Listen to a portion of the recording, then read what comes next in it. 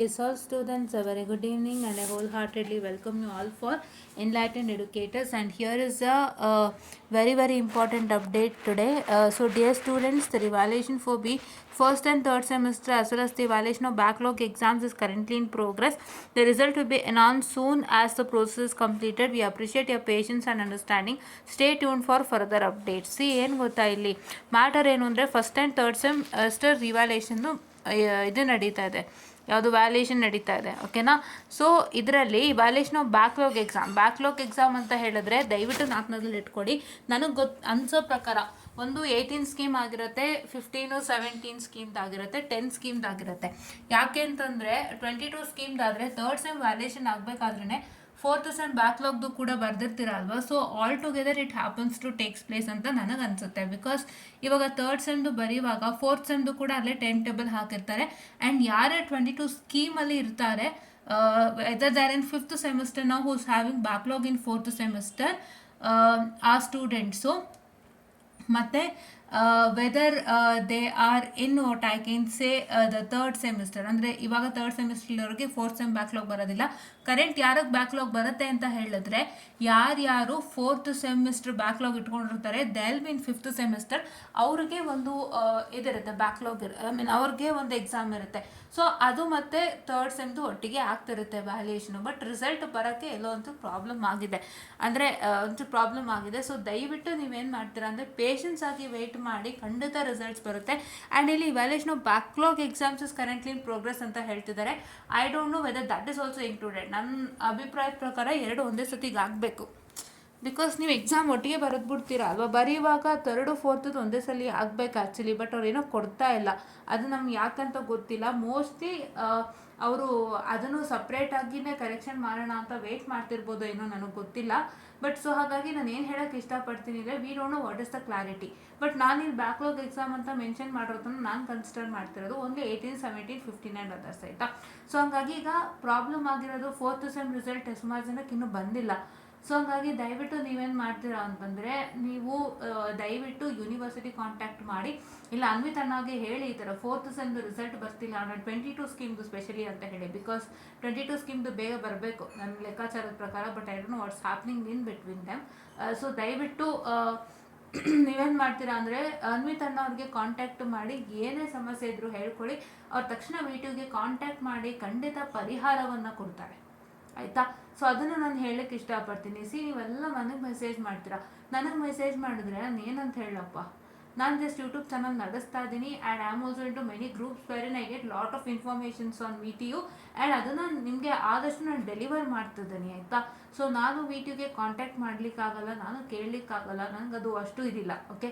ನಾನು ಸ್ವಲ್ಪ ದಿನ ಬೇಕು ನನಗೂ ಹಾಗೆ ನಿಮ್ಮ ಹತ್ರ ಕಾಂಟ್ಯಾಕ್ಟ್ ಮಾಡಿ ಕೇಳಲಿಕ್ಕೆ, ಕರೆಕ್ಟ್ ಅಲ್ವಾ.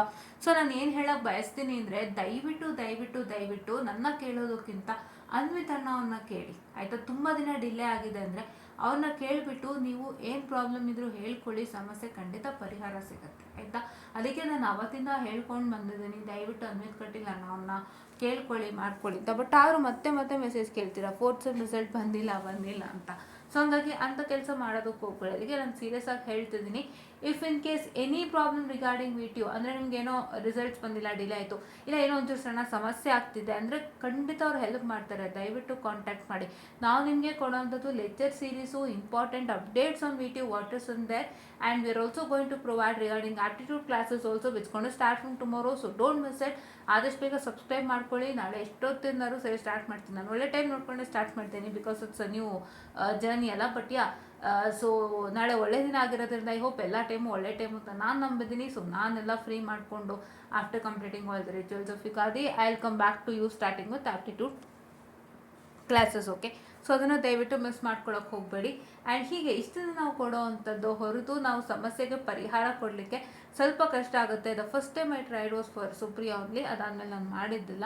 ಸೊ ದಯವಿಟ್ಟು ನಾನು ಎಜುಕೇಷನ್ ಮುಗಿಯೋ ತನಕ ನಾನು ಯಾವುದೇ ವಿ2 ಕಾಲ್ ಮಾಡೋದಾಗಲಿ ಕೇಳೋದಾಗಲಿ ಹಿಂಗಾಗಿದೆ ಅನ್ನೋದಾಗಲಿ ನಾನು ಮಾಡೋಕ್ಕಾಗಲ್ಲ until and unless I come out of V two as a student, right. So ಹಂಗಾಗಿ ದಯವಿಟ್ಟು ಅನ್ವಿತ್ ಕಟೀಲ್ ಅಣ್ಣ ಎಂಥದೇ ಪ್ರಾಬ್ಲಮ್ ಇದ್ದರೂ ಹೇಳ್ಕೊಳ್ಳಿ. ಇದನ್ನು ಯಾಕೆ ಹೇಳ್ತಿದ್ದೀನಿ ಅಂದರೆ ನೀವೆಲ್ಲರೂ ನನ್ನನ್ನು ಕೇಳ್ತೀರಾ. ಸೊ ನಾನು ನಿಮ್ಗೆ ಏನಂತ ಹೇಳೋಕ್ಕಾಗುತ್ತೆ. I also feel pity that you have not got your results ಅಂತ. But I don't have any answers in here, right. So ಹಾಗಾಗಿ ದಯವಿಟ್ಟು ಏನು ಮಾಡ್ತೀರಾ ಅಂದರೆ ಪೇಷನ್ಸಿಂದ ವೆಯ್ಟ್ ಮಾಡಿ.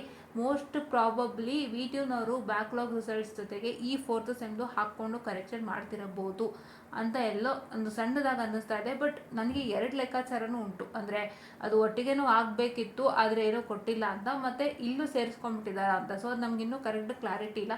ಬಟ್ ಪೇಷನ್ಸಿಂದ ವೆಯ್ಟ್ ಮಾಡಿ ಅಂತ ಅವ್ರು ಹೇಳಿರೋದ್ರಿಂದ ನಿಮ್ಮ ಡ್ಯೂಟಿ ಬಂದು ಪೇಷನ್ಸಿಂದ ವೆಯ್ಟ್ ಮಾಡಬೇಕು ಅಂತ. ಓಕೆನಾ?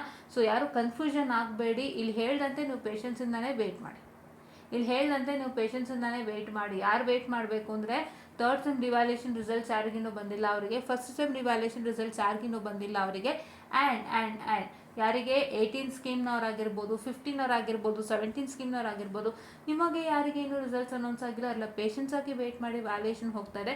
ಬಟ್ 22 ಸ್ಕೀಮ್ 4th ಸೆಮ್ ಮಕ್ಕಳು ದಯವಿಟ್ಟು ಅನ್ವಿತಣ್ಣ ಕಾಂಟ್ಯಾಕ್ಟ್ ಮಾಡಿ. ಏನು ವಿಷಯ ಅಂತ ತಿಳ್ಕೊಳ್ಳಿ. ನೀವು ಏನು ತಿಳ್ಕೊಬೇಕಾಗಿರೋದು ಇಷ್ಟೇ. ಸೊ ಅಣ್ಣ ನಮಗಿನ್ನೂ ರಿಸಲ್ಟ್ಸ್ ಬಿಟ್ಟಿಲ್ಲ, ಅವ್ರ ಈ ಥರದೊಂದು ಇನ್ಫಾರ್ಮೇಷನ್ ನಮಗೆ ಬಂದಿದೆ ವಿಟಿಯು ಕಡೆಯಿಂದ. ಸೊ ಬ್ಯಾಕ್ಲಾಗ್ ರಿಸಲ್ಟ್ಸ್ಗೆ ಅವರು ಇದನ್ನು ಸೇರಿಸ್ಕೊಂಡು ವ್ಯಾಲ್ಯೂಯೇಷನ್ ಮಾಡ್ತಿದ್ದಾರೆ. 4th ಸೆಮ್ದು ಒಟ್ಟಿಗೆ ನಮಗೆ ಗೊತ್ತಾಗ್ತಾ ಇಲ್ಲ, ಅದು ಸೇರಿಸ್ಕೊಂಡು ವ್ಯಾಲ್ಯೂಯೇಷನ್ ಮಾಡ್ತಿದ್ದಾರೆ ಅಂತ ನಿಮ್ಗೆ ಕನ್ಫರ್ಮ್ ಆಯಿತು ಅಂದರೆ ನೀವು have to wait for sure until and unless they release. ಆಯಿತಾ? ಇಷ್ಟನ್ನು ಕ್ಲಿಯರ್ ಮಾಡ್ಕೊಳ್ಳಿ. ಅಂತೂ ಒಟ್ಟಿನಲ್ಲಿ ನಿಮಗೆ ಒಂದು ಸ್ಟೇಟಸ್ ಗೊತ್ತಾಗಬೇಕು. That is it should be evaluated and your results will come soon. Okay? Or it is under evaluation along with these backlog papers of 18, 17 and 15. You will get it soon ಅನ್ನೋ ಥರ ಒಂದು information. ನಿಮ್ಗೆ ಎರಡರಲ್ಲೊಂದು information ಬಂದರೆ more confirm then enough ಅಂತ. ಓಕೆನಾ? So ಅದನ್ನ ದಯವಿಟ್ಟು ಮಾಡಿ ಅಂತ ಹೇಳ್ತಾ this mind up the session all, and thank you.